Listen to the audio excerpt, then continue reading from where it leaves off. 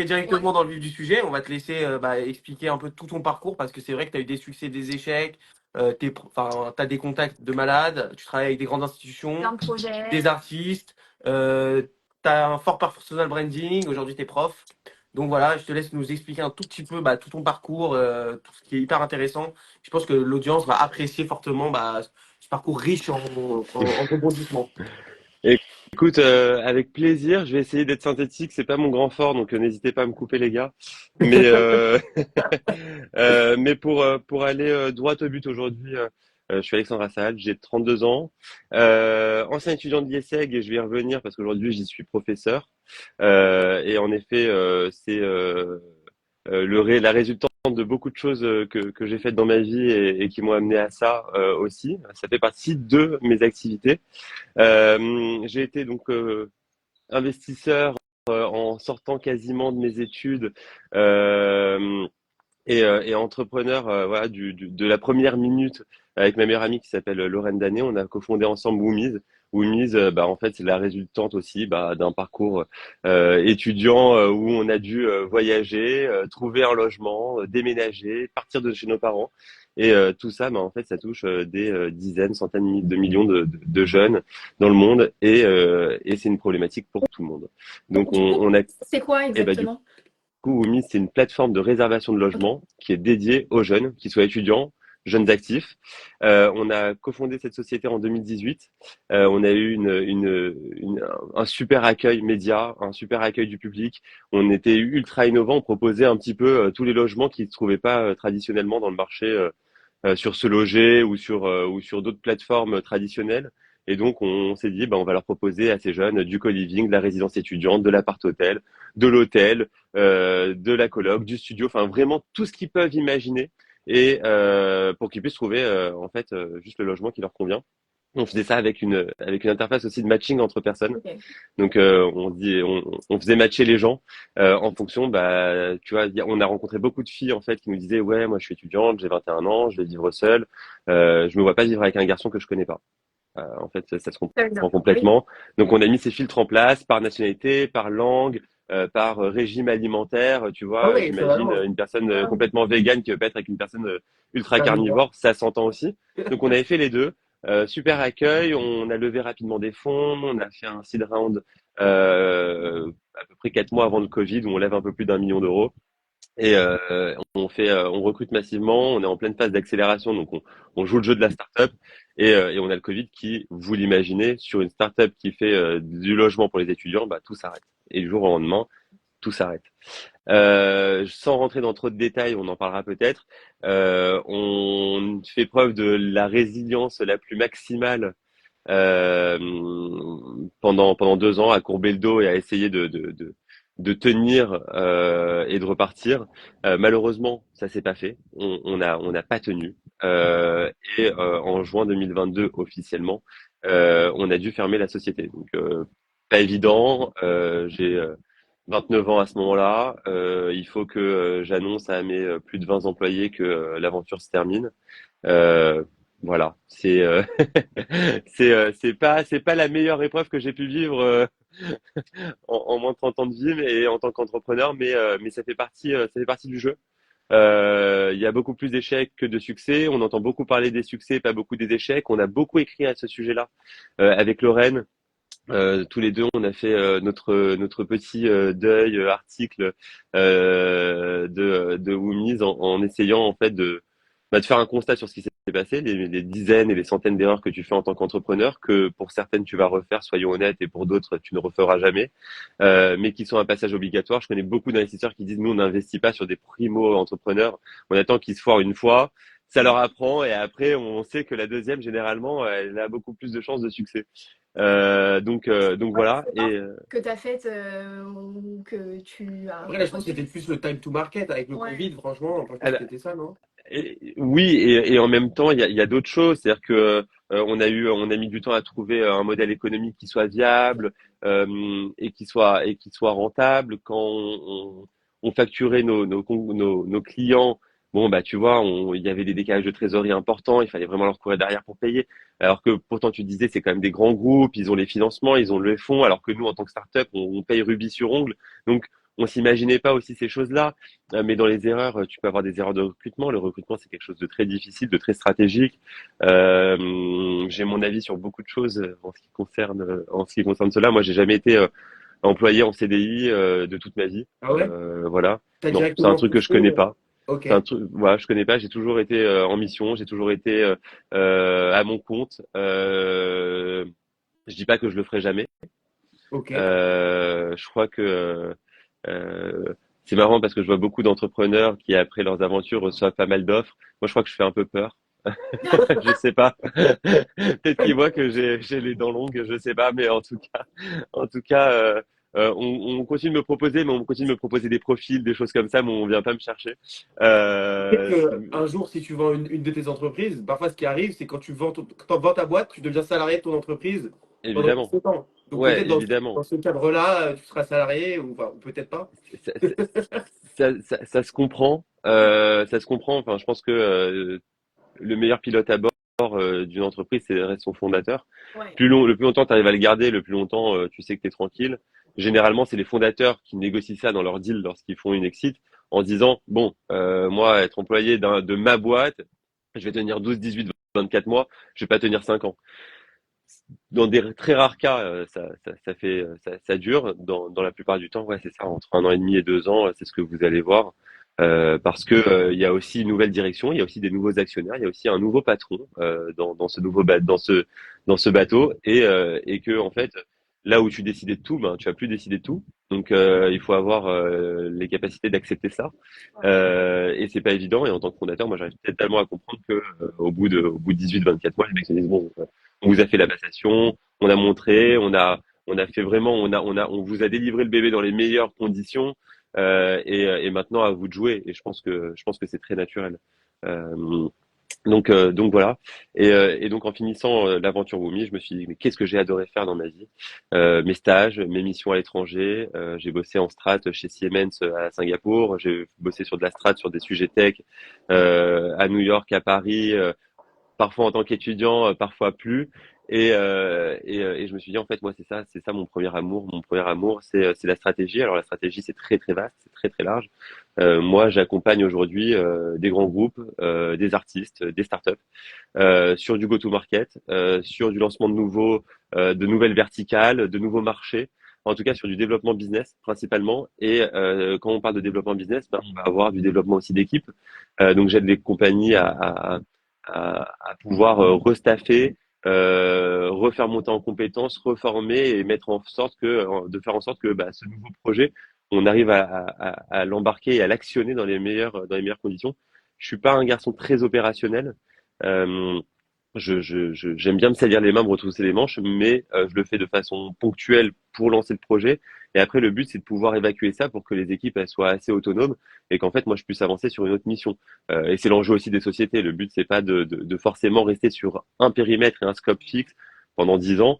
C'est ni à l'avantage de la société ou du partenaire pour qui je travaille, ni pour moi, qui suis un peu un touche-à-tout et qui aime pas rester au même endroit trop Et longtemps.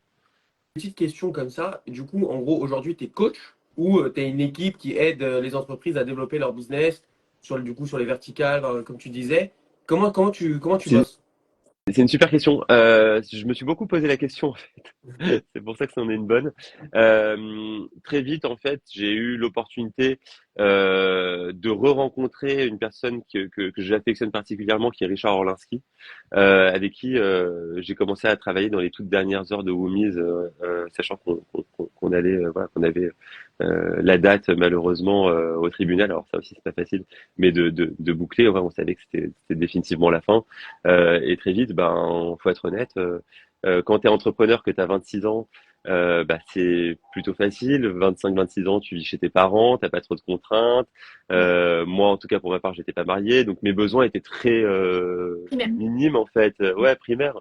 Euh, Ben, quand on ferme Moomies, je suis marié, j'ai en tout cas l'envie de faire un enfant. Je vis évidemment plus chez mes parents. Donc en fait, toute ta vie a changé durant toute cette aventure. Donc tu vas pas chercher les mêmes choses. Et quand je rencontre Richard, bah en fait très vite ça se fait. J'ai l'occasion de rencontrer la CEO du groupe Orlinski, parce que Richard Orlinski c'est un artiste, mais la réalité c'est que c'est aussi toute une société derrière maintenant Ok. qui accompagne cet artiste, qui est tellement pluridisciplinaire, qui était ce week-end à Bangkok, dans le plus grand festival de Thaïlande de musique pour faire un set, tu vois. Mm. Donc on est vraiment sur un éventail super large de palettes de palettes et d'art dans ce qu'il propose, qu'il y a tout un groupe qui s'actionne. Et je rencontre une femme extraordinaire qui est, je pense, mon deuxième coup de cœur professionnel féminin après celui de Lorraine, qui est ma meilleure amie, mais qui est quand même un énorme coup de cœur professionnel. Et c'est Laetitia Labrune, qui est une femme extraordinaire, pleine de ressources, qui sort de très grands groupes à des directions, notamment de communication. Euh, et, euh, et en fait, on fait un call d'une demi-heure qui dure 2 heures et quart, et on se dit ok, on bosse ensemble. Alors, c'était fini. Donc on s'est fait ça, on s'est décidé très vite. J'ai très vite enchaîné avec eux. On est rentré sur des gros sujets, principalement des sujets Web3. Donc encore Ok. quelque chose de différent. Je pense en tant qu'entrepreneur, on doit rester tout le temps très curieux, très Alerte aux créatif. innovations. Mm. Oui, Ouais, c'est. complètement. Enfin, nous, quand on a créé Woomies, c'était un peu la grande mode des chatbots. Alors, tu vois, il y a une évolution aussi de logique de la techno. Et en fait, on se dit, ok, bon, on va intégrer un chatbot parce que on l'a appelé Chandler en référence à Friends. On a fait un petit clin d'œil. Et donc, c'était un peu le chatbot qui faisait que tu t'inscrivais sur notre plateforme. Donc, au lieu d'entrer nom, prénom, etc., en fait, tu avais une interaction conversationnelle avec ça. Donc, alors, on n'est pas du tout sur de l'IA, on n'est pas du tout là-dessus, mais on est déjà, tu vois, dans ces prémices-là. Il y avait pas mal de boîtes comme Citron, ce qui me fait penser à ça, mais qui étaient à ce moment-là des boîtes qui se lançaient, qui se finançaient bien et qui étaient là-dessus. Donc nous, on reste bien évidemment qu'entrepreneur, bah, toujours à l'ère de ce qui se passe. Moi, j'investis très tôt aussi dans la crypto, j'investis très tôt dans les NFT. Euh, parce que en fait on a envie de voilà de continuer à s'intéresser aux technos, et pour s'y Mm. intéresser et les comprendre, il faut y prendre part un minimum. Soit tu amènes l'innovation dans ta plateforme, si tu es entrepreneur ça peut être génial, soit tu le fais de l'autre côté. Et donc je commence à travailler sur ces sujets-là parce que en gros Richard Orlinski reçoit des dizaines de propositions par jour. À ce Ok. moment-là, on est en plein bull market, on est tu vois Q2 2022. Et il me dit, Alex, il y a des projets ultra intéressants, il y a des projets qui me parlent artistiquement parlant, mais par contre, savoir qui est le scammer, qui est le projet sérieux, qui on va pouvoir accompagner, à qui je vais pouvoir apporter une valeur ajoutée, qui a vraiment un projet derrière, bah, j'ai besoin d'aide. Donc, je l'accompagne là-dessus au début, et la mission va faire qu'on évolue au fil de l'eau, pour qu'aujourd'hui, j'occupe plutôt un poste de Head of Digital et développement. Et donc, on a un site e-commerce sur lequel on est en train d'activer pas mal de choses, de réactiver des choses, sur lequel j'ai amené aussi toute une expérience bah, perso pro qui permet à la boîte d'aller chercher de la croissance. Et donc, on est vraiment dans une superbe dynamique avec lui. Et de fil en aiguille, ben, tape à la porte d'autres projets Web3. Je pense à Agora, je pense à Utopia, donc des projets qui commencent à prendre de la place. Et j'ai aussi mon expérience du real estate, je commence à collaborer en 2023 avec une boîte qui s'appelle Stella Management, qui fait de la résidence service senior. Mais la résidence service étudiante, je connaissais bien, la résidence service senior un peu moins, mais on a quand même tout ce bagage qui me permet aujourd'hui d'aller les chercher à développer de nouvelles activités Ok. sur lesquelles on fait à présent voilà, plusieurs millions d'euros de chiffre d'affaires. Voilà, en reprenant un peu le bébé de zéro. Aujourd'hui, c'est ce que je fais. Beaucoup de choses, très variées. Euh, Bah, top. je monte des projets aussi de façon, là encore, pas trop opérationnelle, parce que vous comprenez que mon temps est limité, que depuis aussi le bébé est arrivé, donc et tout ce qui va avec. Donc du coup, ben, on est voilà, on est sur plusieurs sujets, mais il faut essayer ma plus grande contrainte, mon plus grand problème aujourd'hui dans ma vie, c'est le temps. Ok, bah, Et donc j'ai une petite organisation assez militaire de ma vie pour pouvoir gérer tout ça Et du coup, tu de la fais bonne ça façon. que en France ou tu fais ça aussi à l'international avec des clients Euh, qui sont partis? on est très international. Richard Orlinski est très porté international, par exemple, alors que Stella est un groupe aujourd'hui franco-français. Avec Richard, non, on a des projets, voilà, on va pas tous les raconter, mais on a des projets Burning Man, donc non, on travaille sur les US. On ouvre des galeries. Enfin, depuis que je suis arrivé au sein du groupe, il y a eu des galeries qui ont été ouvertes à peu près sur tous les continents. Alors pas l'Océanie, mais voilà, sinon on est présent partout. Donc non, il y a des vrais sujets internationaux. À titre d'autres clients, j'ai travaillé avec un groupe aux Émirats, je travaille avec un groupe en Espagne, avec un groupe aux États-Unis. Donc on est amené à beaucoup voyager, Ouais, donc c'est ce qui me plaît énormément. Mais non, on bouge et je pense que c'est intéressant de bouger parce que ça te permet de voir d'autres choses, de rencontrer d'autres façons de travailler aussi, d'autres façons d'envisager le business surtout et ça te permet aussi d'en tirer des bonnes choses. toi qui es dans le digital, tu dois voir que les tendances, en fait, digital marketing, tout ça, ça n'a rien à voir quand tu t'adresses à une clientèle asiatique, à une clientèle Middle East, à une clientèle américaine. La façon de parler aux gens, c'est totalement différent. Alors là-dessus, j'ai un cas d'école qui remonte un petit peu, mais comme je disais, j'ai travaillé à Singapour, je travaillais chez Siemens dans une équipe qui faisait 800 millions d'euros de chiffre d'affaires au sein de la branche santé de Siemens et ultra intéressant avec eux parce qu'en fait, je me suis retrouvé à gérer la stratégie de pricing de 9 pays en Asie du Sud-Est, incluant l'Australie et la Corée du Sud, mais aussi les Philippines ou la Malaisie. Mon pays test d'ailleurs, c'était la Malaisie. Et en fait, tu te rends compte qu'en effet, la façon dont tu fais du marketing, mais la façon dont tu fais du business, la façon dont tu fais à peu près n'importe quoi, n'a rien à voir. Des équipes qualifiées aux Philippines ont une connaissance d'Excel qui est Zéro. tellement, Ouais. tellement proche du néant que en fait, tu vas passer des heures et des heures de formation avec eux juste pour qu'ils soient capables de lire les rendus que tu vas leur fournir et de mettre en place localement les stratégies, on va dire régionales qu'on veut activer. Quand tu arrives en Australie, en fait, ça roule tout seul. Tu leur envoies, ils te posent des questions. En fait, t'as plus du tout cette partie formation. Même J'ai des exemples de fous. J'ai un exemple où on signe un énorme contrat en Indonésie. Euh, je valide le contrat, on l'envoie sur la directrice du bureau du coup à Singapour. Et 24 heures après, on m'appelle, on me dit affaire de corruption en Indonésie, il faut tout arrêter avec ce partenaire, sinon c'est très grave. Siemens a déjà eu pas mal de casseroles dans le passé, arrêtez tout. Et là, en fait, tu cours. Là, tu prends tes jambes, tu cours, tu te dis j'espère que ça n'a pas été signé. C'est signé, ça a été envoyé, non, ça n'a pas été envoyé. Ok, super, arrêtez tout. Et là, tu te dis ouf parce que ça peut être voilà, ça peut avoir Ça va être très des grave. conséquences importantes. Parce que signer le 5 je te dis une bêtise, le 5 avril, alors que le 4 avril ce truc-là pète, tu peux te retrouver ouais, dans c'est dans une la chaîne. situation compromettante. Ouais. T'as d'autres histoires en Malaisie. Une entreprise internationale ne peut pas traiter en direct avec un établissement public. Donc en gros, Siemens ne peut pas vendre à un hôpital. Tu es obligé de passer par un intermédiaire. L'intermédiaire, il met une signature, il encaisse des millions et au final, il est obligatoire dans le process parce que c'est la loi en Malaisie. Ouais, Donc tu vois, c'est comme quand tu veux créer une entreprise en Thaïlande ou autre, tu es obligé d'avoir un local ouais, dans la boucle, quoi, ouais, qui certifie. C'est leur acheter place. ou acheter une baraque à Bali ou en Indonésie, tu es Ouais, obligé d'avoir un prête-nom. ouais, c'est Tu vois, pareil. donc c'est des spécificités de pays qui étaient un peu des Mm. pays souverains, qui sont des pays quand même moins développés. Et il faut, voilà, c'est à nous de nous adapter à eux plus que eux Ah oui, s'adapter c'est à nous. clair, c'est clair, ouais. Même la façon de manager, de gérer les changements, ça n'a rien à voir. Enfin, c'est marrant. Nous, on était à Singapour aussi. Ouais, Et justement, enfin, on voyait tout ça de l'intérieur. C'est dingue, quoi. Ça n'a rien à voir, quoi. Mais c'est une autre façon de fonctionner. ouais, ouais, ça, Ok. Singapour, c'est clair, c'est une autre façon de fonctionner. Ouais. Et du coup, t'as levé beaucoup d'argent. Ouais. Euh, à quel moment est-ce que tu t'es dit, j'ai envie de faire des levées de fonds? Et c'était quoi ta stratégie, en fait, au travers de lever des fonds pour ta boîte? Euh, Oui, c'est ça. je vais être honnête, sur Woomies, on a levé en fait très très vite. C'est-à-dire que on a une idée, on commence à la tester, on commence à en parler à tout le monde, ce que je conseille. J'ai rarement vu un entrepreneur qui pique une idée. Il y a des mecs qui copient des idées qui marchent, ça oui, tu vois. Prendre un modèle qui cartonne aux États-Unis, le remonter en France, ou voir qu'il y a un modèle qui pète en France et qu'il n'y a pas encore beaucoup de concurrence et rentrer sur ce marché. C'est des choses qui arrivent tous les jours, c'est monnaie courante. Un exemple tout bête, c'est avec toutes les trottinettes qui ont pullulé un moment à Paris. Ben, tu vois, il y avait plein de marques. Il y avait une marque, puis deux, puis cinq, puis sept, puis 10. Après, ils ont dit on réduit à trois. Après, ils ont dit on enlève. Bon, ça, après, chacun sa politique. Mais euh, ça marche.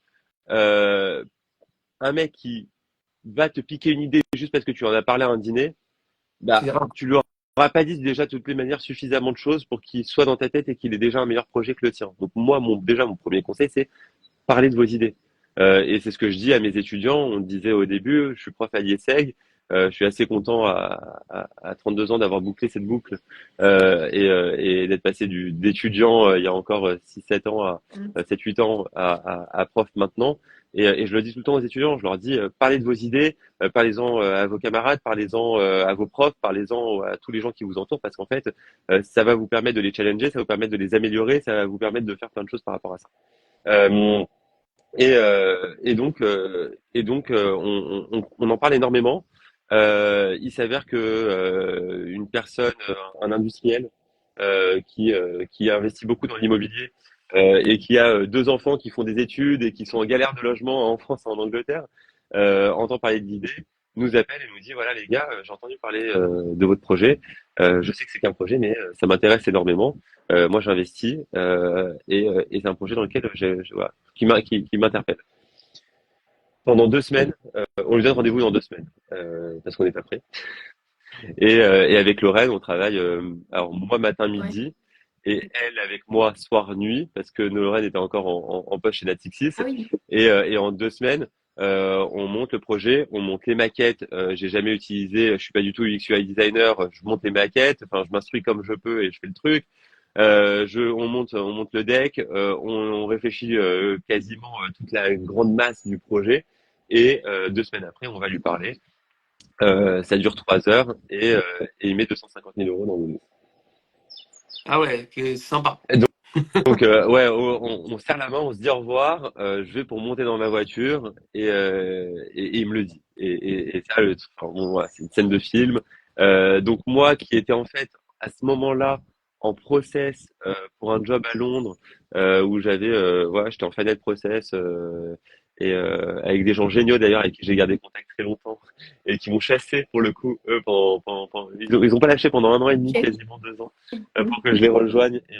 Et c'est des gens géniaux qui ont tous très bien réussi derrière. Et voilà. Et la boîte, une des boîtes s'appelle Taboola d'ailleurs. Voilà, pour pas la Ça me dit quelque citer. chose, ça. Oui, c'est Taboula. Ouais, C'est de c'est une la. boîte de, c'est une boîte de d'ads. Ouais, c'est Tu sais, quand tu Ouais, lis c'est des ça. articles dans l'équipe, le Figaro, etc., qu'il y a des Ah articles oui, oui, suggérés en dessous. oui, Eux, ils font ça, ils produisent le j'imagine. contenu pour les marques. Euh, et donc, en fait, bah, bah voilà, quoi, j'ai 250 000 euros en banque, je bouge plus, quoi, c'est fini. Ah ouais. Donc on lance Whomis, et on joue un peu le jeu de la T'as startup. pas eu peur en vrai, enfin, quand tu reçois 250 000 euros comme ça, assez jeune et tout, sur un compte Franchement, bancaire, non. tu t'es pas dit genre, waouh.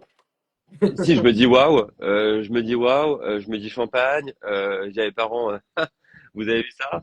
Euh, mais, euh, mais en même temps, je me dis pas, enfin, je me connais quoi. On a une bonne éducation, on a les pieds Ok. sur terre. Quand je vous dis j'ai joué le jeu de la startup, c'est-à-dire que j'ai pris zéro rémunération sur ces 250 000 euros au global. J'ai jamais vu le moindre euro. Si, quoi. T'as Euh, pas vu la couleur d'un seul euro? non, j'ai pas pris 1 euro. Ah ouais. J'ai pas pris 1 euro, comme je vous disais, j'ai jamais eu de contrat, donc moi j'ai pas eu de chômage, j'ai pas eu de trucs, etc. Donc Comment t'as je me fait alors? suis Comment tu faisais pour vivre quand même, un minimum? j'ai eu des parents très présents, Ok. faut être honnête, parce que je leur dois beaucoup. Et j'ai bossé toute ma vie, en fait. Moi, depuis l'âge de 13-14 ans, je bosse. Quand j'avais 13-14 ans, je donnais des cours particuliers à des élèves de primaire. Quand j'avais 15-16 ans, c'était début collège. Quand j'avais 18 ans, c'était collège-lycée. Donc t'avais pas beaucoup de J'ai continué pendant le début de mes études à l'IESEG. J'ai bossé dans des boîtes de fringues. J'ai bossé pendant des années chez Sandro, Ok. où dès qu'il y avait un remplacement, des vacances scolaires ou des choses à faire, j'ai bossé. J'ai le goût du travail, j'ai le goût de l'effort. Je suis très très bosseur. Aujourd'hui, je gagne très bien ma vie. Je pourrais travailler 35 heures par semaine et la gagner très bien. surtout quand tu factures après ton temps, parce que tu passes dans quelque chose de différent, mais tu factures à l'heure quasiment. Donc, si tu en travailles 10 ou si tu en travailles 20, en fait, bah, tu gagnes 2 fois plus, mais c'est ton problème. Et moi, je travaille 70 heures par semaine, quoi. Même si j'ai un Ah, bébé, toi, même si truc. Enfin, tu factures à l'heure. Toi, pardon, tu factures à l'heure. oui, enfin, alors, parfois, tu t'arranges avec les clients, tu peux travailler au forfait, tu peux travailler au projet, tu peux Milestone, travailler, ouais. tout dépend, mais bon, t'es scopé, et tu travailles au TJM, voilà. Donc, t'as quand même un espèce de forfait horaire.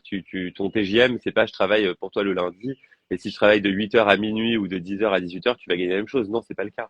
Et Donc, c'est pas dur de trouver la confiance des boîtes, parce que c'est très dur à contrôler si, quand même. si, Le si, c'est TGM, Les grands groupes, ouais, pour eux, c'est qui contrôlent compliqué de leur marge. s'engager comme ça sur ce genre de contrat, non? C'est clair, mais alors il y en a qui ont l'habitude, il y en a qui ont moins l'habitude. Aujourd'hui, voilà, je pense qu'on sait que des consultants, en tout cas, qui me sont équivalents dans une boîte de conseil, t'es facturé, tu dépasses le millier d'euros par jour, tu vois, Ouais. largement. Donc en fait, bah, en direct, tu vas me payer un peu moins cher. Tu vas avoir plus de souplesse, tu vas avoir plus de flexibilité. Moi, je pars en vacances avec ma femme. Si je pars 10 jours en vacances, bah, sur mes 10 jours de vacances, en fait, à part les week-ends, je pose un jour, quoi. Enfin, Ah, la dernière fois que j'ai tu bosses en coupé, vacances, c'est ça? ah, mais moi, j'ai jamais arrêté enfin, j'arrête jamais de travailler. Non, Ouais, mais carrément. je sais pas si c'est une maladie, je sais pas si c'est de la folie, je sais pas si c'est juste parce que j'ai Mais la dalle tu et fais que ça j'ai aussi envie. parce que t'aimes la Quand t'aimes, performance non aussi, mais t'aimes quand t'aimes ton le travail, challenge. quand t'aimes ton travail, Moi, tu m'appelles à 23h30 pour le boulot et on bosse ensemble. 90% du temps, je vais te répondre. Je vais sauter de mon lit si je suis en train de m'endormir et je vais te répondre. Alors, c'est des mauvaises habitudes aussi parfois. Je dis pas que c'est toujours bien, qu'il faut savoir, tu vois, avoir quand même des petits garde-fous. Mais, euh, mais oui, je coupe pas, je sais pas couper complètement. Et de toutes les manières, mes clients me le rappellent assez souvent puisqu'ils ne me laissent pas couper complètement. Ok. t'as une famille d'entrepreneurs pour vivre dans cet environnement comme ça ou t'es le premier à sauter le pas? Je, alors moi j'ai des parents indépendants, j'ai des parents qui ont toujours été indépendants. Ça a été une grosse un gros point d'éducation de mon papa. Sois ton propre patron, apprends à te débrouiller seul et à compter sur toi-même. Il est pharmacien. Ma mère était entrepreneur dans le web en 97. Ouais, on a toujours été un peu là-dessus. Et moi, je me souviens très bien quand j'avais 7, 8, 9 ans, euh, j'allais dans la boîte de ma mère où il y avait, je sais pas, 70, 80 employés. Et je regardais tout ça. Et déjà, je pense que ça me faisait rêver. Je pense que notre premier projet commun avec ma mère, entre guillemets, entrepreneurial, on l'a fait quand j'étais en CM2. Donc, Ah oui, quand même. ouais, et j'ai mis du temps à m'en souvenir en fait. C'est revenu il y a pas si longtemps du coup j'en ai reparlé et c'est Ouais. vrai que c'est fou. Alors après c'est pas des projets tu vois, c'est pas des énormes projets, mais c'est un premier projet qui je m'en souviens très bien me tenait à cœur quand j'étais petit. Donc voilà et euh, donc ouais famille entrepreneur et donc ouais beaucoup de boulot. Et du coup, question, je pense, assez classique, Hum, mais que beaucoup de personnes veulent savoir. Si tu gagnes très bien ta vie, que tu es hum, consultant, que tu as un hum. réseau long comme ton bras, Ouais. pourquoi reprendre les cours à ISEC? Enfin, pourquoi donner des cours? Parce qu'il y en a qui pourraient se dire, mais s'il gagne bien sa vie, pourquoi il va donner des cours, tu vois? Alors clairement c'est pas pour l'argent. Ok. Euh, Je m'attendais un peu à cette réponse, mais Petit clin c'est le d'œil. Non, développer. je rigole, pas du tout. Même En si c'est fait, bien payé, quand même, non? oui, alors il y a professeur et professeur. C'est-à-dire que moi, je suis pas un Ok. doctorant. Je vais jamais demain diriger la chaire stratégie de l'IESEG. Les grandes écoles ont des prérequis et aujourd'hui, c'est pas du tout un objectif pour moi d'aller faire un PhD. Ok. J'aime le concret beaucoup trop pour me mettre dans des bouquins. Faut être très honnête. Ok. Même si les bouquins sont bons à lire, etc. Mais de là à faire suffisamment de recherches et Oui, à d'études faire pour trois pouvoir ans. les écrire, non.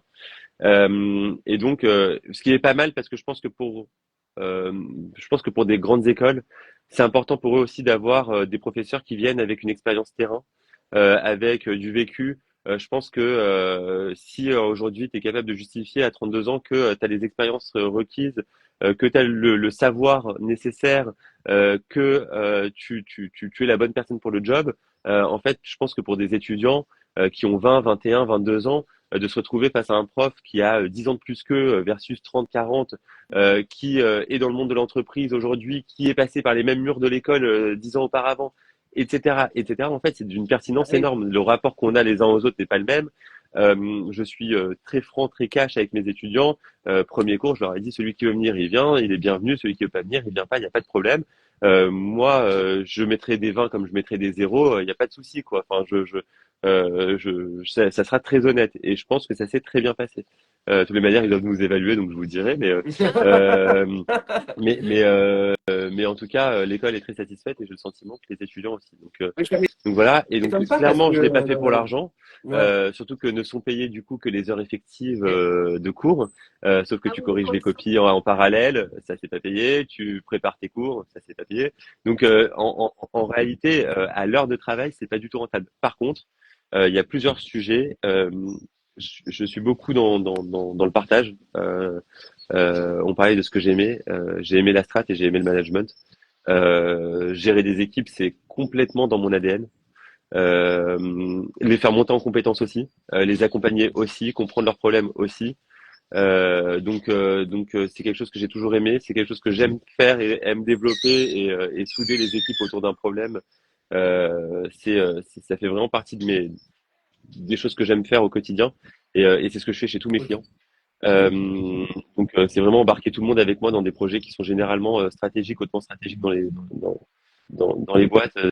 Voilà, c'est très important. Donc, euh, donc je me suis dit voilà, j'adore manager. Je vais continuer à le faire différemment, en tout cas à redonner à des étudiants ce que j'aurais. J'essaie d'être le prof que j'aurais aimé avoir. Ils rentrent en classe, il y a un petit fond de musique, je leur amène des bons becs à chaque cours.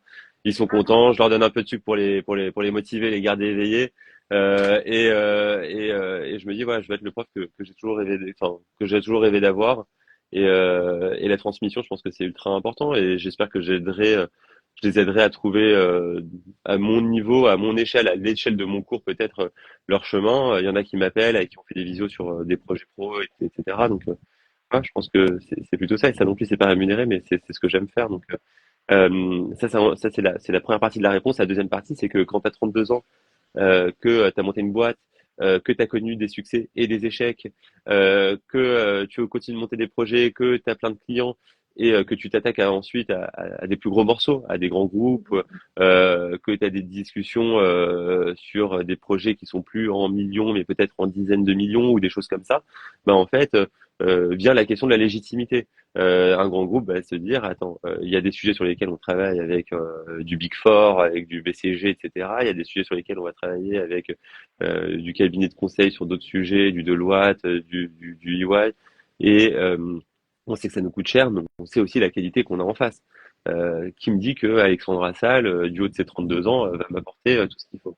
Alors, je sais me défendre, je sais faire valoir mes intérêts, et je sais faire comprendre les choses, mais il faut aussi aller avoir cette touche de crédibilité, de légitimité. Et tu l'as par l'entrepreneuriat, parce que tu es entrepreneur, parce que tu as géré. Nous, on est monté jusqu'à 30 personnes au sein de l'équipe Oumi, donc 30 personnes à gérer tout seul avec Lorraine, mais donc c'était vraiment mon rôle.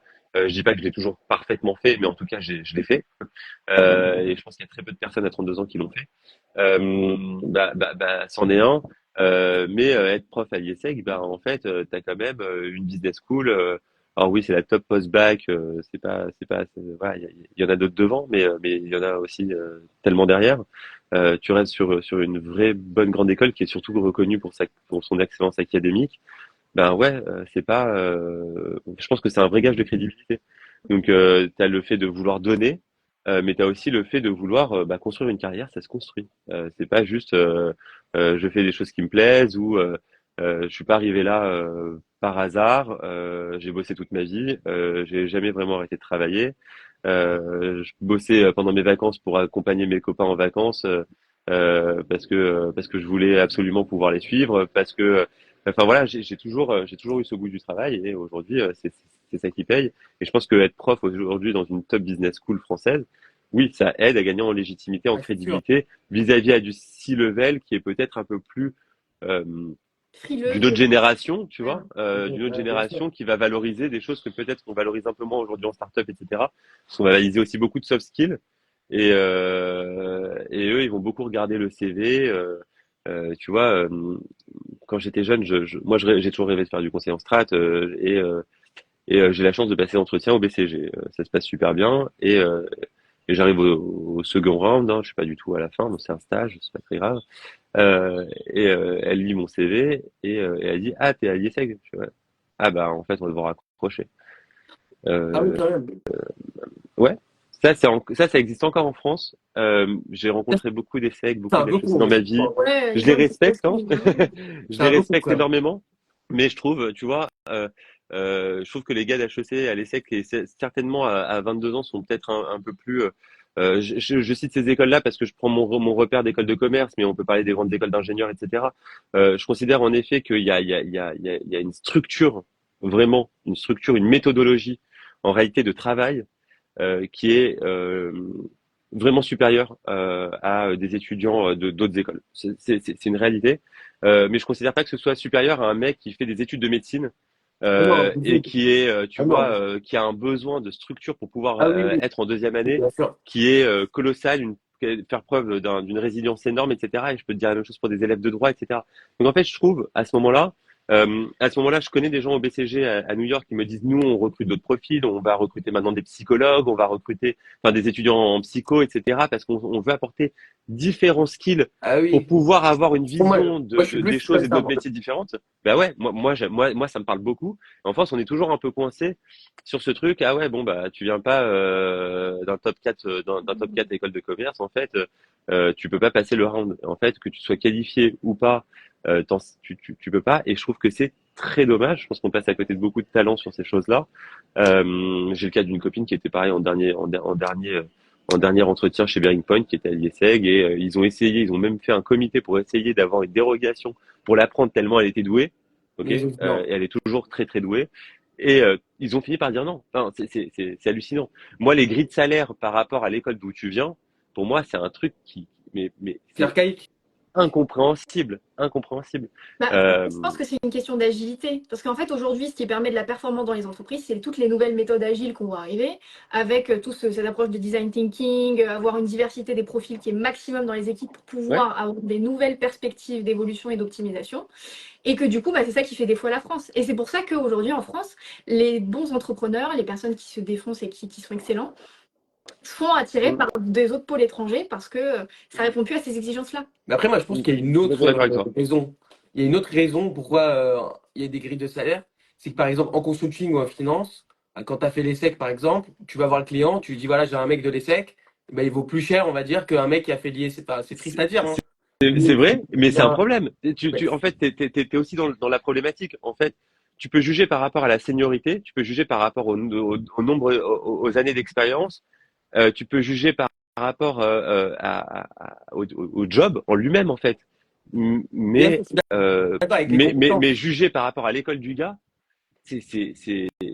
enfin, tu Oui, vois, c'est tu lunaire. sors de quelque chose qui est, pour moi, c'est lunaire. Pour moi, c'est lunaire. Mais t'as des grilles, tu vois, les grilles qui sont en place, tu vois, il y a des boîtes qui sont ultra transparentes, qui sont vraiment dans la transparence. Je pense à Alan, qui est très transparent sur les grilles tarifaires. C'est un truc que vous pouvez trouver en tapant sur Google, les grilles de salaire d'Alan par pays, etc. Enfin, ils sont vraiment très transparents sur ces choses-là. Mhm. Euh, ben, ok, t'as le degré du job, t'as le niveau t'as le nombre d'années d'expérience, et t'es dans une case, mais t'es dans une case qui fait sens en fait, qui a une logique qui dépend pas, qui dépend plus de tes expériences passées, limite, parce que en fait, une fois que t'es dans la boîte et que t'as été recruté pour ces expériences passées, ben en fait super, ben en fait ton job c'est t'as 8 ans d'expérience et t'as un poste de senior manager chez nous, ben en fait t'es dans la case G8 et en fait en G8 tu prends tel salaire et ça bah, c'est imparable. Mais par contre, dire à un jeune de 21 ans qui a encore plein de rêves et qui, pour des raisons qui peuvent être énormément de raisons de vie et de choix, bah que parce qu'il n'a pas fait telle école, même s'il est assez bon pour pouvoir avoir le job, il l'aura pas. Ça, c'est un truc qui me chagrine énormément. Moi, limite, je suis le contre-exemple parce que Ouais, avec de le base, système bah oui, non, scolaire. de base, moi, j'étais à l'ESCA. Ouais, Je suis rentré, j'ai réussi quand même à rentrer à la Société Générale malgré le fait que j'étais à l'ESCA en salle des marchés. ouais, Et t'étais le seul mec Oui, j'étais parmi les seuls à être d'une école de commerce pas prépa, enfin pas top, ouais, top post-bac. 5. Si tu Ouais. veux charrier et tout. Et évidemment, Ouais, ouais. en entretien, on m'a dit, mais genre, on m'a descendu et on m'a dit, bah, en vrai de vrai, pourquoi en vrai tu fais l'entretien avec nous, étant donné que t'as pas fait une prépa, t'as pas une école top, enfin voilà, qu'est-ce que tu penses que tu peux nous apporter, quoi? Mm. Et bon, après, moi, bien sûr, Non, faut vu que j'avais le côté assez savoir se commercial, défendre, faut savoir se j'ai battre vendu après, hein. ouais, exactement, T'as j'ai bien vendu fait. mes 2 fois plus de stages, le fait que je suis parti à l'étranger, je parle 2 fois mieux anglais potentiellement que des personnes qui ont fait prépa, Bien sûr. qui sont restées enfermées toute la journée dans une chambre, l'ouverture d'esprit, etc., etc. Et c'est vrai que ça a marché cette fois-ci, Ouais, mais quand même, j'avais quand même ce sentiment amer à la fin du stage. J'ai fait un master spécialisé à l'ESSEC après, à ouais, Singapour. ouais, Et évidemment, c'est vrai que j'ai vu comme tu décrivais, c'est vrai qu'il y a une différence un peu dans la ouais, méthodologie, dans le mindset, dans le réseau que tu as directement.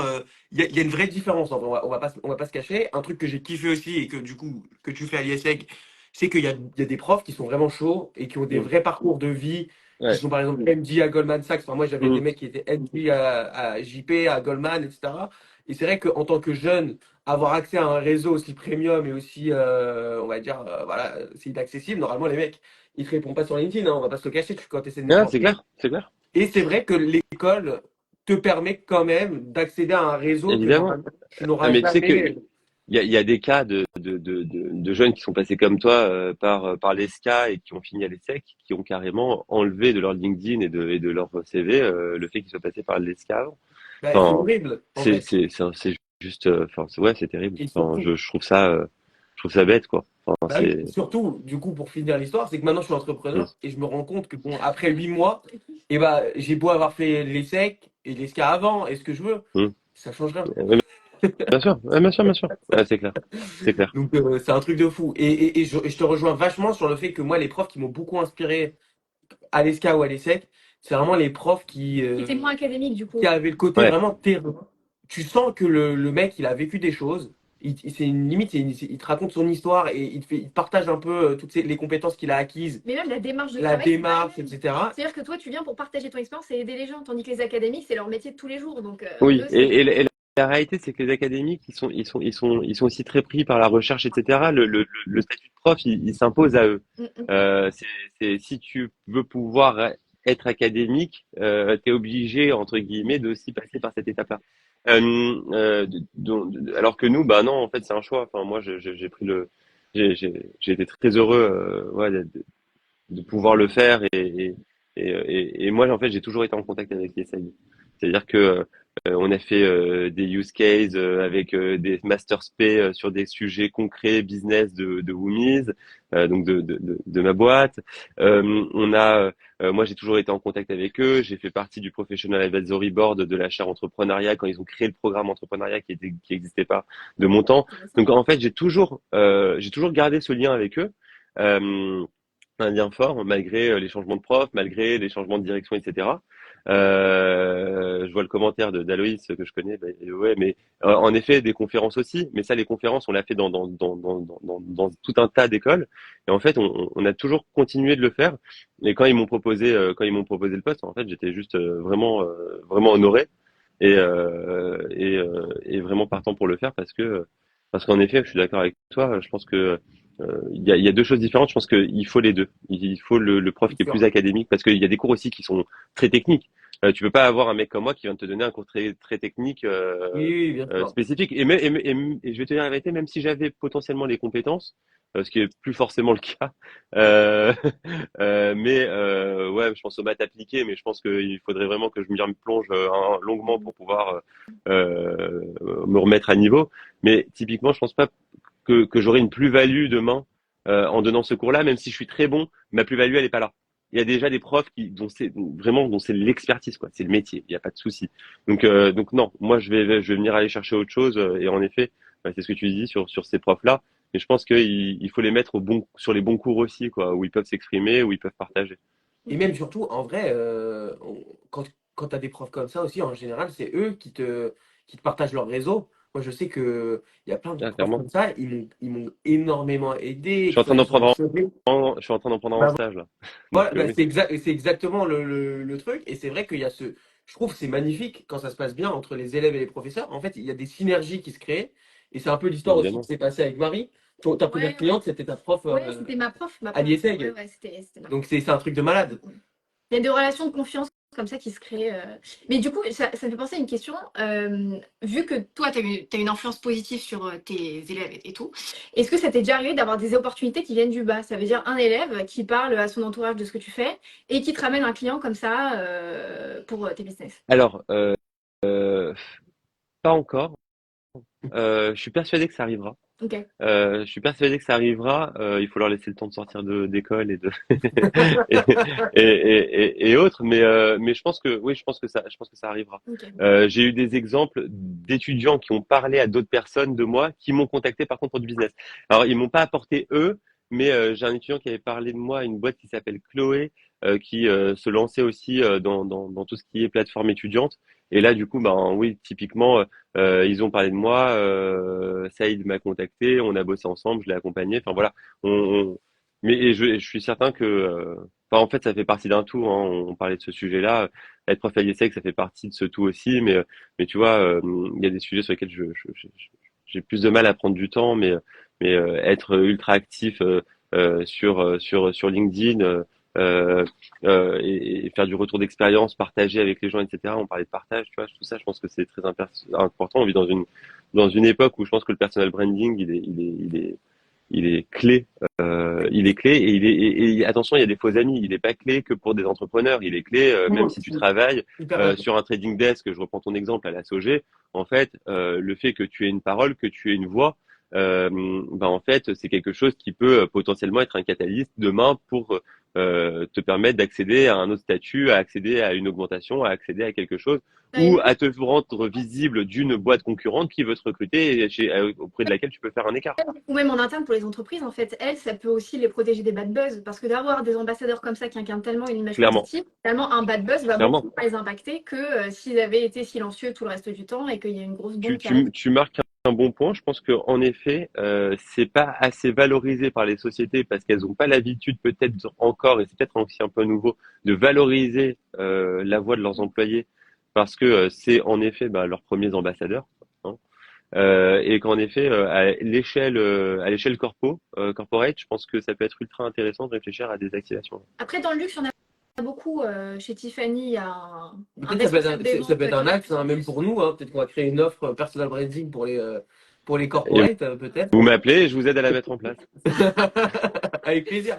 Avec plaisir. Mais c'est vrai que nous, aujourd'hui, on travaille plutôt avec des Ouais. solopreneurs ou des entrepreneurs, on va dire, qui ont entre, allez, maximum, qui ont 10 millions de chiffres Mm, d'affaires et qui ont, allez, 200 000 300 000 minimum mm. pour pouvoir investir dans les réseaux sociaux. Et c'est vrai que ça pourrait être intéressant aussi de voir le personal branding de manière un tout petit peu plus globale aussi. Stratégique, en fait. Avec les Ah ouais, gestions de crise et Ouais. trucs comme ça peut être ça hyper peut être hyper intéressant. intéressant. Et je pense que c'est un autre level aussi. Bah, c'est une dimension C'est d'autres politique. budgets. Et ouais, je pense que ça peut être hyper intéressant.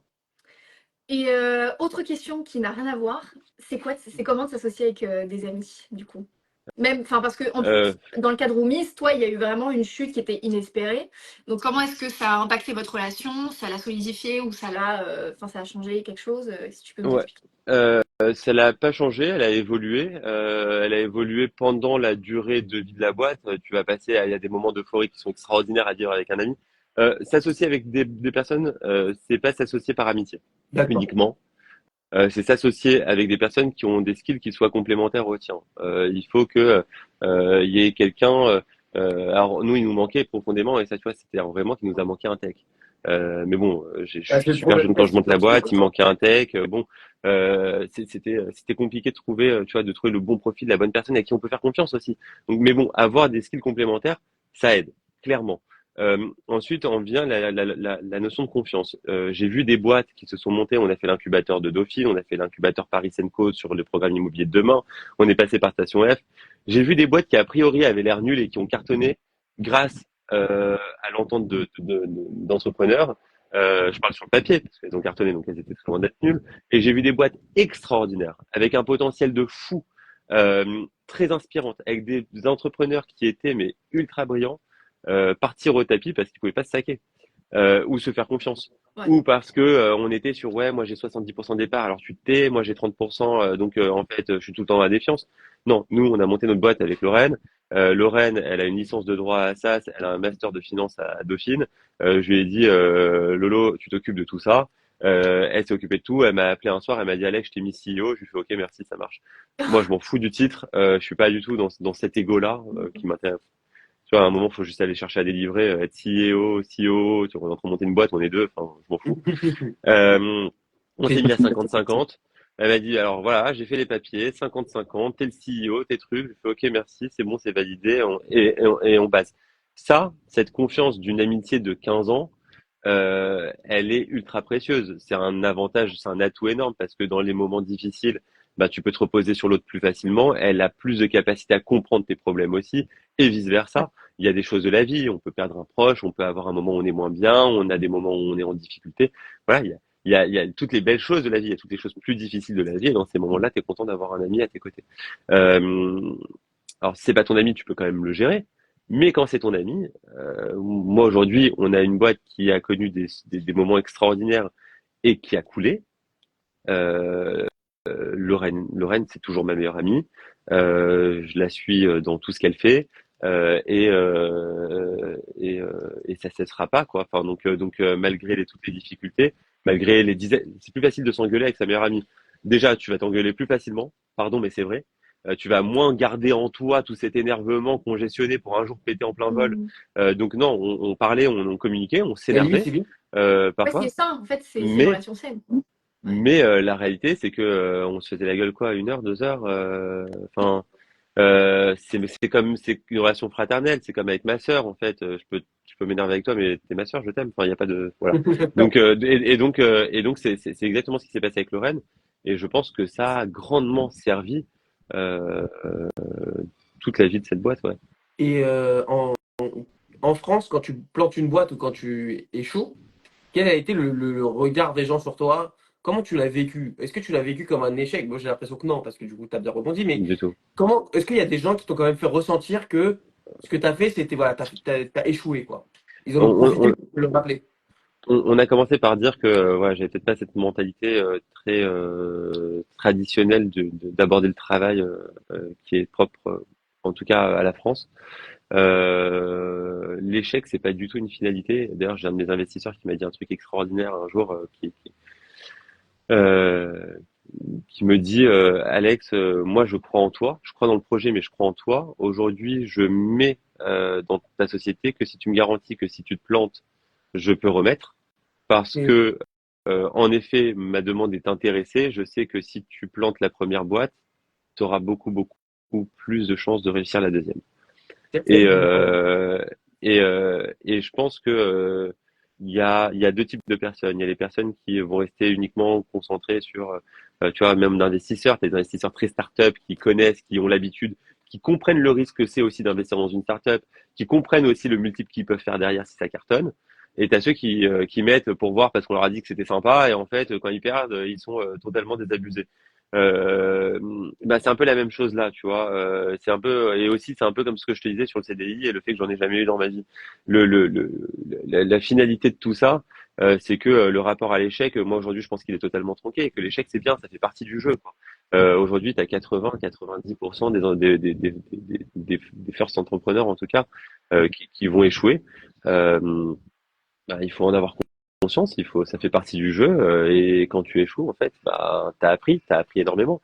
Et d'ailleurs, cette même personne, ce même investisseur m'a dit, quand on l'a vu avec Lorraine, après avoir mis la clé sous la porte, il m'a dit, mais euh,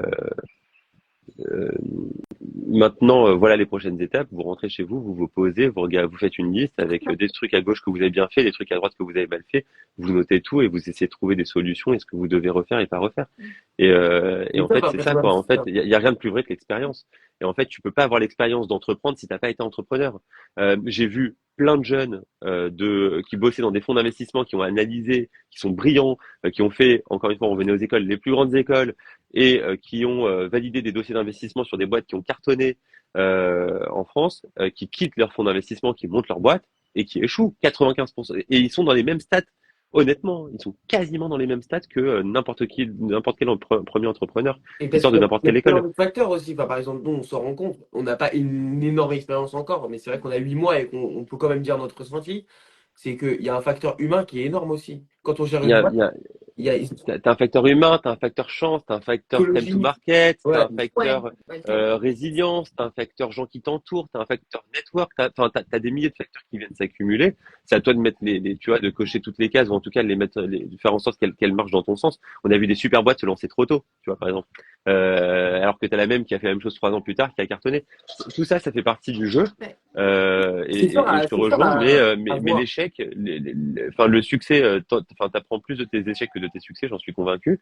Et l'échec n'est pas une finalité, c'est une superbe expérience qui va te servir à te construire. Et plus tôt t'échoues, plus tôt tu construis et tu capitalises dessus. Donc non, mon rapport à l'échec il est très très clair. Et donc, Ça n'a rien de très grave. et donc, t'as pas eu de remarques non, enfin, toi, de ton côté, ok, mais t'as pas eu de remarques, y a pas eu des gens un peu jaloux qui ont dit, ah, tu vois, peut-être que t'as voulu te lancer trop tôt, ou voilà, enfin, qui ont essayé un Non, t'as eu peu. des investisseurs qui l'ont mal vécu. Ok. Euh, et, et c'est dommage. Et j'ai pas envie de dire tant pis parce qu'il y en a avec qui on avait des bonnes relations et avec qui on n'a plus de relations aujourd'hui. Mais il y en a dont le rapport il change. Tu vois, il y en a eu des mecs qui ont investi chez nous. À partir du moment où ils ont mis de l'argent chez nous, notre relation a changé. Et ça, on l'avait pas anticipé. Enfin, Et qu'est-ce qui a parce qu'il y a des changé? billes quoi. Qu'est-ce qui a changé? C'est-à-dire quoi? Les gens, ils avaient plus d'attentes envers Rien, toi? vu qu'il y a de l'attente parce qu'on a mis de l'argent, ben on change le rapport. Le rapport de force, il bascule. La relation, elle est moins naturelle. Elle est portée vraiment que sur le business. Elle est plus portée sur l'humain. Donc il y a un détachement en fait des réalités, tu vois, qui avance. Enfin, mais oui, donc on a eu des remarques, mais on a eu des remarques de personnes qui, je pense, sont largement assez intelligents aujourd'hui pour avoir compris que on a fait preuve de tellement de résilience. Enfin, nous, notre lead investisseur, la personne qui a perdu le plus d'argent dans Woomise, et aujourd'hui a investi dans la nouvelle société de Lorraine. Enfin, à un moment, si ça c'est pas une des preuves Ça, c'est une belle preuve, hein. qu'on est, pardon, mais des putains de bosseurs et qu'on a fait le taf, et que tu peux échouer en faisant le taf, ben voilà, tant pis. Enfin, nous, en tout cas, nous, c'est des preuves qui nous suffisent Ouais, largement. Moi, c'est une personne avec qui je déjeune une fois par mois, alors que il s'appelle Jérôme Chabin, il est fondateur d'IAD. Sa boîte, c'est l'une des plus grosses licornes françaises, et euh, et, euh, et c'est un de nos mentors, et c'est quelqu'un qu'on admire énormément.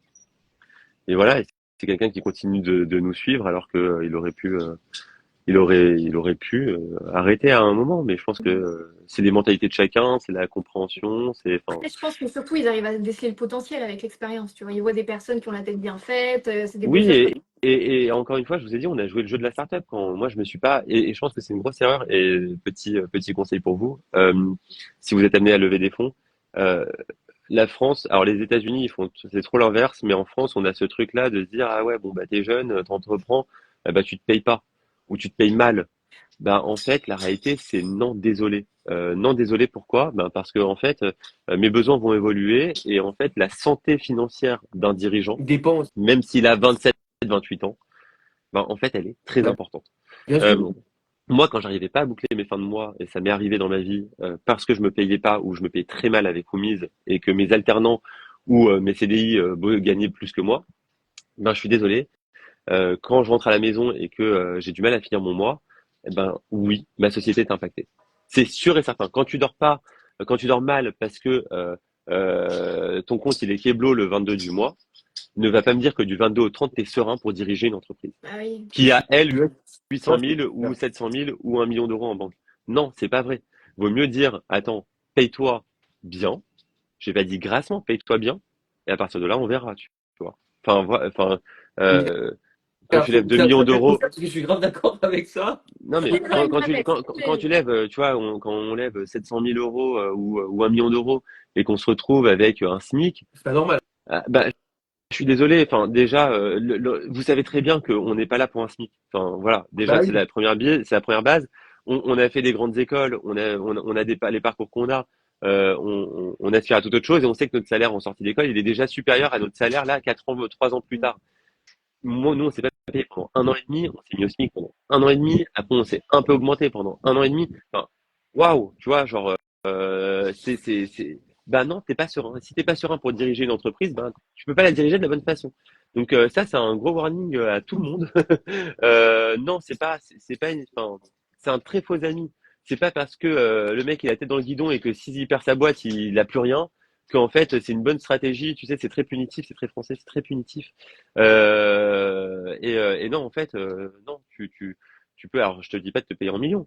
En fait, tu te payes suffisamment, et tu le décides avec tes actionnaires, évidemment, mais tu te payes suffisamment pour vivre. La Euh, vie que, oui, De ouais, façon décente. à l'aise. suffisamment bien pour pouvoir diriger ta boîte dans les meilleures conditions. Voilà, en tout cas, ça pour moi, c'est très important. Et du coup, et d'un point de vue vacances, toi, tu penses que quand tu es entrepreneur, est-ce que tu peux avoir des vacances? Est-ce que tu peux kiffer quand même? Est-ce que tu peux avoir du temps libre ou pas? Ou selon toi, tu as la vision d'entrepreneur qui, sa Bon, vie, c'est le travail? il faut une balance. Il faut une balance. Elle n'est pas facile à trouver. Ouais, je vous ai dit, moi, je la trouve pas. Je l'ai jamais retrouvée, je pense. Mais T'as T'arrives à faire parce du que tu sport deviens, quand même et tout? mais Ou pas? tu deviens accro au boulot. Ouais, je suis en retard, Dani. Mais Tu fais mais quoi? Tu fais quoi comme sport? j'ai paddle à 19h. Ok. Mais donc du coup, j'ai trois mecs qui vont me grogner pas loin. Ok, on va pas Mais t'embêter plus, hein. non, mais t'inquiète. Mais non, j'en fais un petit peu. J'en fais un petit peu et enfin j'en fais, j'en fais un peu. J'aimerais en faire plus. On va dire que encore une fois, bon bah avoir un bébé, ça aide pas à faire du sport. Surtout quand que tu bosses sur des plages horaires qui sont très larges comme les miennes et que tu vois l'interaction en semaine, elle se limite à un bisou le soir quand elle est déjà au lit quoi. Mm. Donc euh, donc euh, Et voilà. tu bosses de la maison ou pas? Enfin, c'est vrai que c'est pas une question qu'on a abordée, mais tu bosses chez toi? Je bosse chez le client Ok. beaucoup, pas systématiquement. C'est bien de bosser de chez soi aussi. Je suis pas un grand défenseur du télétravail à outrance. Ok. Je reste convaincu que par contre, travailler 1 à 2 journées par semaine de chez soi pour se concentrer, être ultra focus sur des sujets opérationnels, c'est extraordinaire. Ok. Et ça pour le coup, je le fais. Et mercredi dernier, tu vois, j'étais vraiment seul à la maison. J'ai fait une journée où j'ai tabassé, quoi. Vraiment, où enfin tu travailles avec une qualité qui est énorme. C'est ponctuel, C'est hyper satisfaisant, mais ça. c'est bien. Ouais, ouais. En fait, quand il y a personne qui rentre dans ton bureau, quand il y a personne qui vient te poser une question, quand il y a personne parce qu'en fait, tu as dit aujourd'hui, j'avance sur toute la to-do et je reviens demain et on en reparle, bah en fait, tu as une journée où tu es un bulldozer, quoi. Euh, donc non, balance, je suis pas un bon exemple pour vous, désolé les gars, de bonne balance, travail, vie privée, etc. J'essaye, j'ai mon même groupe d'amis depuis que j'ai 13 piges, je suis très fidèle en amitié aussi, donc voilà, on sort quand même, on voyage beaucoup, mais même si on voyage beaucoup, voilà, comme je vous ai dit, j'ai rejoint ma femme et ma fille à Copenhague le week-end dernier, je les ai rejoints vendredi matin, mais j'ai dit à ma femme, je vais bosser en coworking jusqu'au soir, parce que sinon je sais que je vais pas pouvoir faire tout ce que je veux faire pour pouvoir être tranquille pour le week-end. En Mm. fait, j'ai atterri, je suis sorti, j'ai pris un tacos, je suis parti bosser dans un coworking et au moment où ils ont éteint les lumières, parce qu'ils éteignent assez tôt là-bas, vers 18h, ils éteignent les lumières le vendredi. Là, je suis parti les rejoindre. Donc tu vois, il y a quand même une conscience professionnelle qui m'accompagne où que j'aille. Et en réalité, je suis pas un bon exemple parce que je bosse tout le temps. Je bosse dès que j'ai un moment libre, je bosse. Ok, top. Ok. Bon, bah super, je pense on va te laisser aller à Oui. ton paddle. Ils vont venir En tout sur cas, le merci site. beaucoup, c'était hyper intéressant, hyper Avec grand inspirant. plaisir. Franchement, on aurait pu limite Merci faire pour un deuxième l'invitation. épisode tellement que c'est intéressant. Mais en tout cas, merci, hein, merci pour ton temps. On sait que t'es assez occupé et que Avec grand voilà, plaisir. t'as Avec beaucoup grand de plaisir. choses. Merci pour l'invitation. Bon Avec courage pour la suite. plaisir. Et On reste en on va contact. continuer à vous suivre de près. Bien sûr, avec grand Ça plaisir. marche. N'hésitez pas. Surtout Allez, si vous voulez lancer l'offre corpo. on revient vers toi peut-être dans quelques mois avec ça. Très bon vendeur, hein. Ça fait, tu sais, saisir les opportunités, ça fait Ah, partie du business. c'est clair. C'est-à-dire qu'il aime bien le personal Ah, branding. c'est On garde en un tête. énorme sujet. Pour moi, c'est un énorme sujet qui est pas assez traité, qui est traité par des personnes qui ont compris qu'il fallait le faire. Mais c'est quoi? C'est 3,